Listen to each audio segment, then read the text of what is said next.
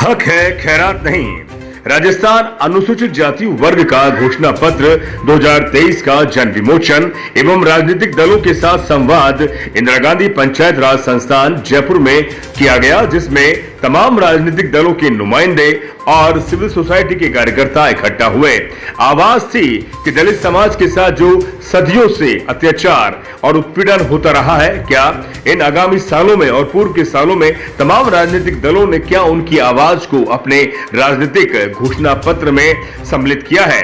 इसी घोषणा पत्र को लेकर हक है खैरात नहीं इस स्लोगन के आधार पर एक संवाद कार्यक्रम रखा गया है इंदिरा गांधी पंचायत राज संस्थान में, जिसमें ये मांग रखी गई कि राजनीतिक दल आगामी चुनाव में जब घोषणा पत्र अपना जनता के बीच में लेकर जाएंगे तो दलितों के राजनीतिक, आर्थिक, सामाजिक तमाम एवं संवैधानिक हक और अधिकार की वो पैरवी कितने करते हैं या नहीं करते, इन तमाम सवालों और इन जवाबों का संवाद इंदिरा गांधी पंचायत राज संस्थान में किया गया। जिसकी जितनी संख्या भारी,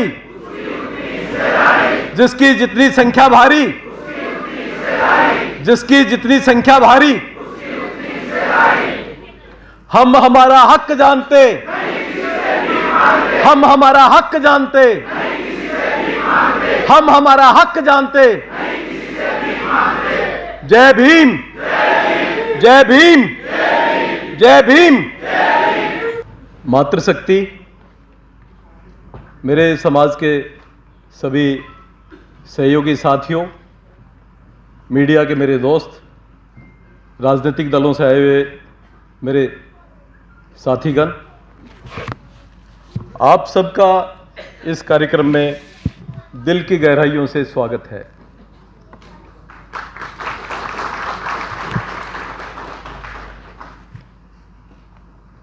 लंबे समय से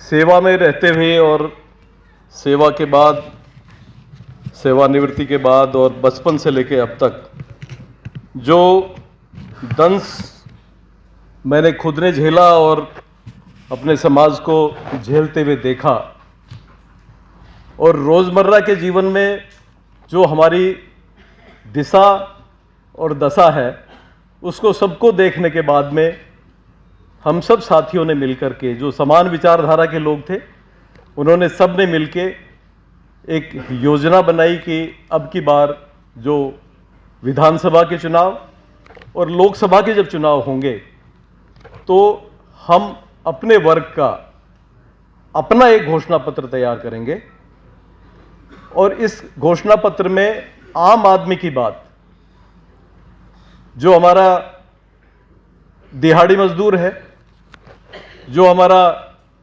कमटे पे काम करने वाला है, हमारा ठेली रेड़ा चलाने वाला आदमी है, खेती करने वाला आदमी है, बेरोजगार है, नौकरी करने वाला आदमी है, व्यापार करना चाहता है, आर्थिक रूप से जो संघर्ष कर रहा है वो है, समग्र रूप से समाज के प्रत्येक तबके की बात को हम उन्हीं लोगों से पूछ करके एक ऐसा दस्तावेज तैयार करें, और वो दस्तावेज जिसमें सभी की भावना शामिल हो, सभी के विचार शामिल हो, सभी के सुझाव शामिल हो, उनके मन की बात उसके अंदर हो, वो ऐसा दस्तावेज तैयार हो, और तैयार होने के बाद में हम राजनीतिक दलों को अपना अधिकार पत्र सौंपें। दोस्तों, मैं पुरानी बात पर नहीं जाना चाहता, मैं किसी राजनीतिक दल को अच्छा और बुरा कहना चाहता। उन्होंने अपने हिसाब से अपना काम किया होगा, समाज ने अपने हिसाब से अपना काम किया। बाबा साहब ने हमें संविधान से एक रास्ता दिया, समता, न्याय, बंधुत्व, समानता, सारी बातें संविधान में लिखी हुई हैं, पर वो लिखी हुई है। आज तक समाज उन सब चीज़ों से बराबरी के लिए संघर्ष कर रहा है।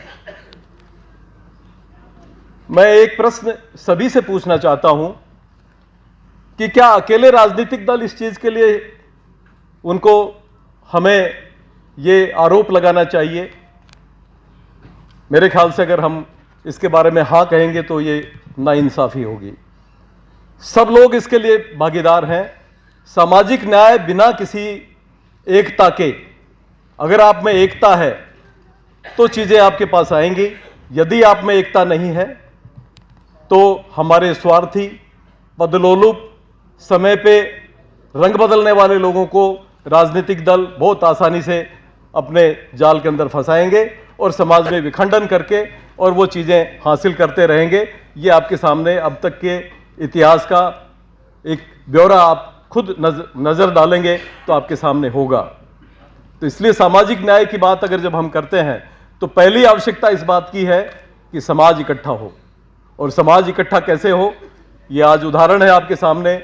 महिलाएं, बच्चे, हमारी जितनी जाति उपजाति संस्कृति है, कोई भी ऐसी जाति उपजाति आज यहाँ बची हुई नहीं है। और राजस्थान का वो सक्रिय समुदाय यहाँ पे बैठा है जो अपने हक अधिकार के बारे में बहुत अच्छे से जानता है और आने वाले समय पे वो जो एकता की बात जो मैं आपके सामने निवेदन की है उसको करके इस कारवां को आगे लेके चलेगा, इस मिशन को आगे लेके चलेगा और उस आखिरी सांस तक संघर्ष करेगा जब तक हमें पूर्ण रूप से सामाजिक न्याय नहीं मिलता है।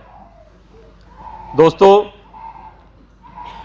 उसी विचारधारा के तहत हम लोगों ने एक ये मसौदा तैयार किया। मसौदा तैयार करने में सबसे अहम भूमिका श्री राम चौरड़िया जी की रही, जो अपने स्वास्थ्य के कारणों से आज हमारे बीच में हैं। हमारे साथी भंवर मेघवंशी जी, डॉक्टर महेंद्र कुमार आनंद जी, पूरण बेरी जी, विनोद वर्मा जी, कितने ही अनगिनत नाम, करीब 25 से 30 लोगों की टीम हमारी मिलकर के उन्होंने एक बहुत अच्छा मसौदा तैयार किया। उस मसौदे को लेकर के हम 19 अगस्त से लेकर के 17 सितंबर तक पूरे राजस्थान के 50 जिलों के अंदर वहाँ अपनी उपस्थिति दर्ज कराई और लगभग 100 से अधिक सभाएं हुई। मैं उन सभी साथियों का, जिन लोगों ने हमारे एक टेलीफोन से और एक व्हाट्सएप के संदेश से जगह जगह पर हमारा स्वागत सत्कार किया, उन्होंने एक बहुत ही बेहतरीन तरीके से सभाओं के आयोजन किए, संवाद किए और वो एक परिपक्व दिशा के अंदर इस मसौदे को मजबूत करने की दिशा के अंदर उन्होंने महती भूमिका दी। वो नींव के पत्थर हैं, मैं उनको सलाम करता हूं,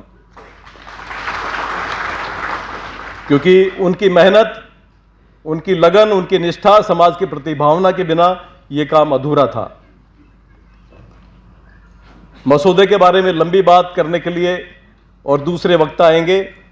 मैं आपसे इतने ही गुजारिश करूंगा कि अपने निजी स्वार्थों को छोड़ करके हम समाज हित के बारे में सोचें। बाबा साहब ने हमारे सामने इससे बढ़िया उदाहरण कोई और नहीं हो सकता कि उन्होंने पूरे जीवन भर हमारे लिए संघर्ष किया। अब उनकी फसल करोड़ों की संख्या के अंदर भारत देश के अंदर है। आप सोचिए, एक अकेले आदमी ने इतना बड़ा न्याय दिला दिया और उनके परवरिश से, उनके रास्ते से, उनके दिए हुए एक संविधान से, उनके दिए हुए हक हकूक से हम लोग इतने मजबूत स्थिति में हैं। और उसके बाद भी हमारी जो दिशा और दशा है उसके बारे में मैं कोई बहुत ज़्यादा चित्रण नहीं करना चाहूँगा, लेकिन ये एक ऐसा अवसर आया है कि हम एक नए युग की तरफ जा रहे हैं, क्योंकि वो समय चला गया जब हमें विखंडित करके, हमारे छोटे छोटे लोभ लालचों में फंसा करके, हमें अलग अलग तरीके से बांट करके जो व्यवस्थाएं काम करती थी, अब हम उनके झांसे में आने वाले नहीं हैं। ये मसौदा आपके हाथ में उसका एक प्रमाण है और इस मसौदे पे हम आखिर तक लड़ेंगे। राजनीतिक दलों से गुजारिश ये करते हैं कि ये हमारे हक को अपने मसौदे के अंदर रखें, अपने राजनीतिक दलों के अपने मैनिफेस्टो में रखें। समाज आपके राजनीतिक दल के बारे में इसी आधार पे निर्णय करेगा कि आने वाले चुनावों पे आपके बारे में कितना ध्यान रखा जाए। वो इसी बात का आधार होगा कि इस मसौदे में लिखी हुई बातें आप अपने मैनिफेस्टो में कितनी जगह देते हैं, उतनी जगह समाज आपको चुनाव में देगा। दूसरी चीज मैं इस मंच के रास्ते से ये और निवेदन करना चाहूंगा कि हमने जयपुर में एक कनेक्ट रूम तैयार किया है, उसके बारे में विस्तार से भंवर जी और साथी बताएंगे। राजनीतिक दल आप लोग अपना वार रूम बनाते हैं, हम बुद्ध के लोग हैं, हम वार नहीं चाहते, हम पीस चाहते हैं, शांति चाहते हैं, न्याय चाहते हैं, समता चाहते हैं, बंधुत्व चाहते हैं। और उसी बंधुत्व की दिशा के अंदर ये कनेक्ट रूम 200 के 200 विधानसभा क्षेत्रों के जिन जो जो भी राजनीतिक दल जिन जिन लोगों को भी टिकट देंगे, हम उनकी सोशल ऑडिट करेंगे, उनकी सोशल स्क्रीनिंग करेंगे और ये देखेंगे कि समाज पर जब अत्याचार हो रहा था, ये नुमाइंदा जो राजनीतिक दल आगे लेके आ रहा है, ये हमारे समाज के साथ किस तरह से बर्ताव कर रहा था, क्या वो अत्याचारियों के साथ था या हमारे साथ था। समाज की बहन बेटियों की इज्जत के साथ खिलवाड़ हो रहा था, तो ये राजनीतिक दल का जो नुमाइंदा है ये कहां पर था। हमारी जमीनों पे कब्जे करने की दिशा में इसकी भूमिका क्या है। हमारे नौकर पेशा लोगों पे जो अत्याचार हो रहे थे, तब ये कहां पर था। हम उनसे गुजारिश करेंगे कि ऐसे लोगों को आप टिकट ना दें, अन्यथा अगर ऐसे लोगों को टिकट दी जाती है तो हम राजनीतिक दलों को एक लिस्ट बना के, ब्लैक लिस्ट बना के देंगे कि ये वो लोग हैं जिन्होंने समय समय पर हमारे समाज के साथ अत्याचार किए हैं। अत्याचार करने के साथ साथ में इन्होंने उन लोगों का साथ दिया है जो हमें कतई बर्दाश्त नहीं है। और इस स्थिति में अगर आप टिकट देते हैं तो हम गुजारिश करेंगे, हम मांग करेंगे कि आप इनको टिकट ना दें। अगर आप टिकट देते हैं तो पूरे इसी प्रकार का जनमंच आयोजित करके हम अच्छी एक प्रेस कॉन्फ्रेंस करके पूरे समाज से आह्वान करेंगे, इन लोगों के पक्ष में मतदान नहीं करें, इनको हराएं, इनको विधानसभा लोकसभा का रास्ता नहीं दिखा के, इनको विधानसभा लोकसभा का रास्ता नहीं दिखा के इनके गली कूचे का रास्ता दिखाएं। तीसरी बात मैं और ये कहना चाहता हूं समरी के रूप में, अलग अलग कोनों से, अलग कूचों से बातें आती हैं। संविधान पुराना हो गया है, संविधान का मूलभूत ढांचा नहीं होता है। केशवानंद भारती बनाम यूनियन ऑफ इंडिया पे ये बात अवधारित की गई थी, संविधान का मूल ढांचा है और इसमें किसी प्रकार की छेड़खानी नहीं हो सकती। बड़े सम्मान के साथ देश के उपराष्ट्रपति का नाम लेते हुए मुझे शर्म आती है कि उन्होंने इस संविधान के आधार पर ही पूरी वकालत की और वो ये कहते हैं कि संविधान का कोई मूलभूत ढांचा नहीं होता। कानून मंत्री देश का पुराना ये कहता है, किरण रिजिजू, कि संविधान का कोई मूलभूत ढांचा नहीं होता। देश का मुख्य न्यायाधीश, जो इस देश का सर्वोच्च न्यायालय का मुख्य न्यायाधीश रहा, आज जो राज्यसभा को सुशोभित कर रहा है, जिन कारणों से कर रहा है आपको पता है, वो ये कहता है कि संविधान का मूलभूत ढांचा नहीं होता। संविधान का मूलभूत ढांचा होता है, ये संविधान पीठ ने कहा हुआ है। यदि बाबा साहब के संविधान की तरफ देखने की अगर किसी ने भी जरूरत की, कोई कोशिश की, तो उन जरूरतों को निस्तनाबूद कर दिया जाएगा। ये बात राजनीतिक दल बहुत अच्छे से समझ लें।